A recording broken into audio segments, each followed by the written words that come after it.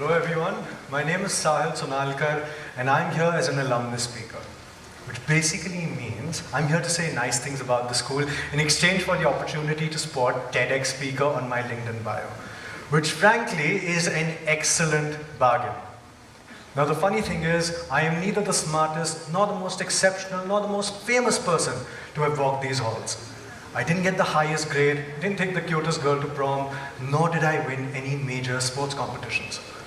But what I did figure out, and what I'm here to share with all of you today, is how do you weaponize your education?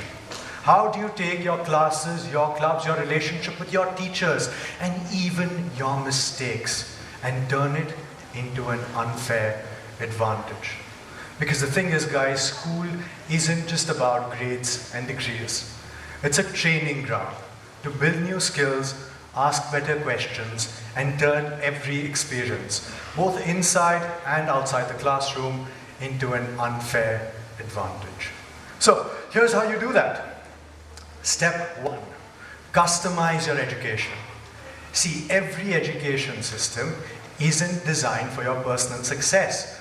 It's designed for efficiency, to churn out a large number of adequately skilled individuals to fill in pre-existing jobs and take over family businesses. The system doesn't care about your goals. That's your job. See, when you learn in silos, you limit your understanding of the subject to just one or two aspects. But in the real world, everything is interconnected. Nothing exists in isolation. Now you could go and tell me, Sahil, let me change the way curriculums are designed. But guys, that's not your fight. What you can do instead is take your courseworks and your understanding of the subject and orient it to align with your goals. I have a confession to make, guys. And Mr. Shahrukh, I'm sure, can attest to that. I absolutely suck at maths. But I love public policy. So I decided to write my maths internal assessment on the relationship between economic inequality and GDP per capita. Did I still suck at maths? Yes. But did I learn something really useful in the process? Absolutely. The trick is, don't just learn things for the sake of it. Make them yours. And when you make them yours, you will learn. Step 2, learn how to write. Guys, most people absolutely suck at writing. You all know the type, right? The student who fills an entire page with long words but never makes a point. The colleague who sends you emails so vague that nobody actually knows what he's saying. The guy who posts long, deep-sounding captions on Instagram, but they never, ever add up. See guys, the truth is, writing is extremely important. It's how you take all of the thoughts in your head, all of the messy little thoughts, and turn it into something that makes sense. It's how you convince the rest of the world and yourself that you actually know what you're talking about. Does that mean you need to go and write like Shakespeare? Please don't. The best writing isn't fancy. It's clear, direct, and authentic. So, here's how you weaponize writing. 1, cut the fluff. See, if you know what you're talking about, you'll be able to summarize it in one sentence. So drop the big words, cut the jargon, and just say what you mean. 2, write like you talk. See, if you wouldn't say it in a conversation, don't write it down. The best writers don't just sound smart, they sound authentic. 3, find someone whose writing you admire and who can teach you how to write, and listen to them. For me, that person was Miss Helen Stanton, my English teacher here at Echo. She was the first person who actually sat me down and taught me how to write in a way that mattered. Every word, every paragraph, every sentence had to have a purpose. If it didn't, it had to go. So find your own Miss Stanton. It can be anyone, a friend, a colleague, a teacher, a mentor, or just the person whose writing you admire. Sit with them, ask them, learn from them, and let them tear your work apart, because no one will improve your thinking, writing, and your life like someone who forces you to be clear, sharp, and authentic. Step 3, make every experience count. Guys, have you noticed how everyone just stacks up extracurriculars like they're adding up a buffet plate at an all-you-can-eat college admissions feast? You know, Model UN, sure. Debate, why not? Basketball, let's add that in. The thing is, so is everyone else. What did you actually learn from it? Two people can do the exact same thing, but come away with radically different outcomes. One of them gets a LinkedIn post and a participation trophy, while the other walks away with a set of skills that make them truly unstoppable. So here's how you make sure that you make the most out of your experiences. 1, don't do things just to tick boxes. If you don't know why you're doing something, you're wasting your time. Pick experiences that force you to grow.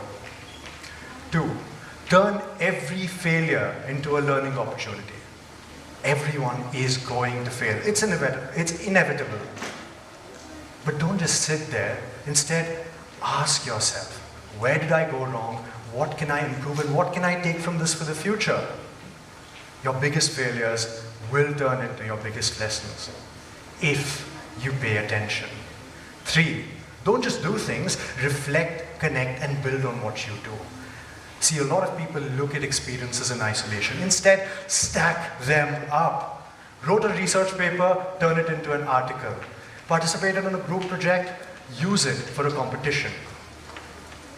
See, I'll tell you what I did. I was in Miss Archana's class, Business Management HR. And me and my partner decided to do something absolutely ludicrous. We created a fully functioning website for a formative, not even for a final project. All of my friends came and told me, Sahil, have you absolutely lost it? Why are you putting in all of this extra effort for a formative? Years later, all of that extra effort gave me an actual real-world skill. I can now manage programmers, speak their language, and actually understand what goes on under the hood. No classroom can teach you that. So your teachers will facilitate your learning, but ultimately, it's up to you. You're in charge. Similarly, I was in Miss Kanchan's History HR class, and I really loved the way she taught me about ethnic conflicts. So I decided to write my extended essay on the Rwandan genocide. And I used original French texts to do it. The problem? I was an ab initio student. So there I was, sifting through extremely complex French texts, trying to make sense of things, having chosen the harder path, even when it seemed like overkill. But in the end, guys, it paid off. I got an A on the extended essay, thanks to Miss Kanchal, Miss Kuntal, and all of the effort they took on me. And after a few years, I wrote a research paper on ethnic conflicts. Oh, and I guess I speak French now. So don't just do things. Reflect, connect, and build. Make sure every experience is connected to the next one.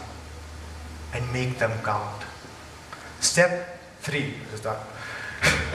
If you take nothing else from this talk, take this. Your education isn't about what you're given, it's about what you take from it. See, most people will get through school just doing the bare minimum, showing up to class, writing their articles, get their certificates, and move on. And most of them will look back and think, could I have done something more? But you don't have to be most people.